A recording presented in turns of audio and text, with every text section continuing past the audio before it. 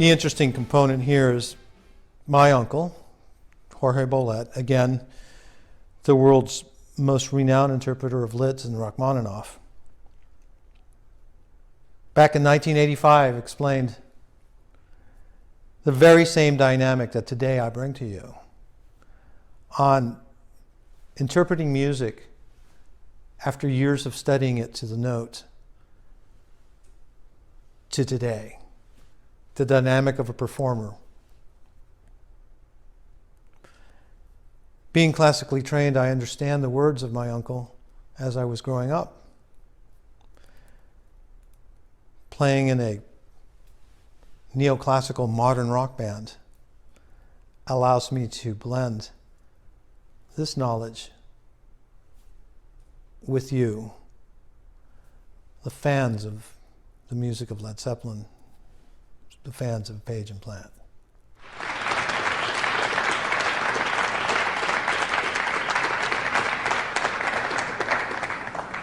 I want to bring you back to your urtext theories, which have earned you criticism in some musical quarters.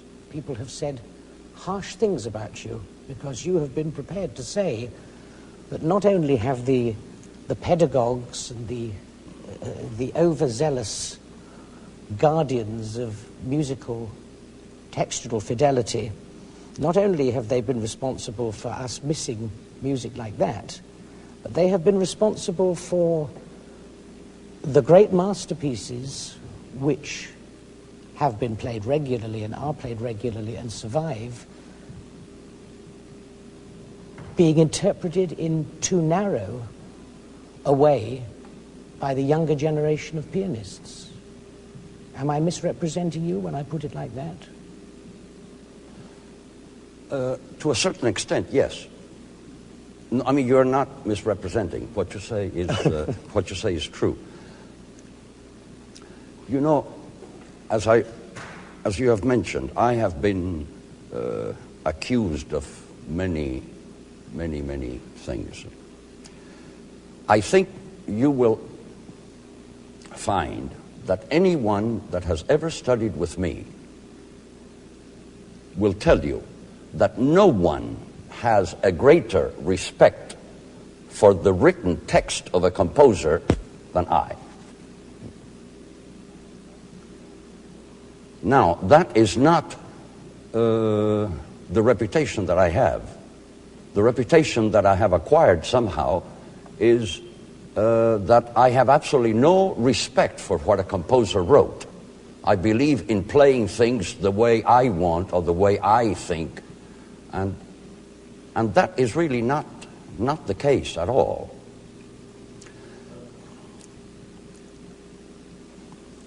Look, let me put it this way. You know, a composer writes a piece of music, and naturally it's a moment of creation, the greatness and the mystery of which we can never even start to comprehend. Fine. How long is a composer involved in the creation of work? Some composers write very fast, other composers write very slowly. All right, let's say that a composer writes a piece of music, a piano sonata. Good. And in the process of creation, he is very definitely, very closely involved with this work for a period of a month and a half, 2 months, 3 months, a year. Fine. He finishes the work, and then he goes on to other creations. Now comes the performer, and we take that piece of music and we study it, and we learn it, and we learn all the notes, and we practice it so that we can play everything, and we perform it, and then we let it rest a while, and then we perform it again, and we take out the music, and we relearn it, and rework it, and restudy, and so on. Now, how long are we involved with that particular work of art? A lifetime. You know, I'm playing things today that I learned when I was 13, 14 years old. Now, if after a lifetime of study and performance, which after all is the bottom line of the creation of the composer, am I being too presumptuous to think that perhaps I know that particular creation of that composer even better than he did after a lifetime of involvement with the work, you know, making it into an absolutely a real personal part of your whole musical being and your whole musical thinking. It goes back to what my uncle said some time ago. I was a younger man then, and his words are the same today as they were then. It's understanding the body of work from the composer and understanding that that is the direction that composer was going. It kind of tags along to the answer I had is what makes In the Light of Led Zeppelin so different. And I'm going to say exactly what my uncle says. You know, I'm not being presumptuous in the fact that knowing what the composer did by playing it makes me know the composition better. In many ways, it probably does. And it's only natural because it's growing. It's so much so that every member of this band has duly noted that I am particular in note placement. So in the light of Led Zeppelin, the concept behind what we do is that it is a prerequisite for the members of this band to know every dynamic of their part, of every dynamic of the song that they are interpreting, okay? Every part of the album for where that song came out, and not only from the album, but from live versions. That way, and only that way, is how we can bring justice to what we do live. So the question arises, why is an evening within the light so different than an evening with any other act involved in the music of Jimmy Page, Robert Plant, and presentation of Led Zeppelin? So this is the reason, okay?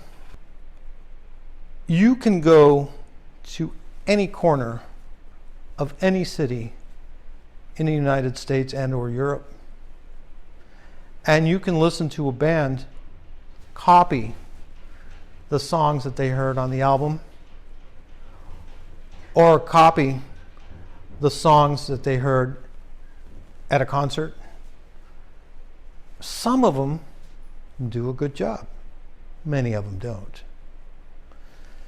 And you can go to the theater and watch some of these bands do the same thing year after year. And you see it, it's fun, it's interesting, it's basically the same. Within the light of Led Zeppelin, the formula that I've used is to bring you the familiarity that you've grown to expect with the wow factor that you got when you first heard the music. That very first time that you opened that record and you put the needle on the track, and this magic came through you. These notes were amazing. They were exciting so many different parts of your senses. Your brain was alive. So you played the album again and again and again and again, and it slowly didn't give you that wow magical feeling. because your brain had already learned all the nuances, which is awesome because it still made you feel good. So within the light of Led Zeppelin, I throw in a violin part. I throw in 2 cellos. I throw in an exotic keyboard part. I throw in a bass solo. Okay. Very similar to what you might have heard when you watched the individuals who wrote the music of Led Zeppelin working together. But instead of taking you back, I bring you to today and tomorrow. And that's the unique difference. Because if you're in the light of the Led Zeppelin show on Friday night, and you muster up and you want to drive another 200 miles to watch the show on Saturday night, you're going to get a whole different show, because there might be a symphony orchestra, okay, a 40-piece orchestra, which is backing the band. And that's amazing. Whereas you would probably have heard a band backing the orchestra. In this case, the symphony backs up in the light of Led Zeppelin. So you still have that raw power throughout the entire performance, with the beauty and mystique and surprise that you got when you go back all those years and you opened up that album for the first time. That is a very powerful argument and very powerfully expressed. But how do you discipline yourself to not allow the liberties which you take to become excesses? How do you recognize the difference? Well, that, I'm afraid, you cannot explain in just a short chat. That is something that has to be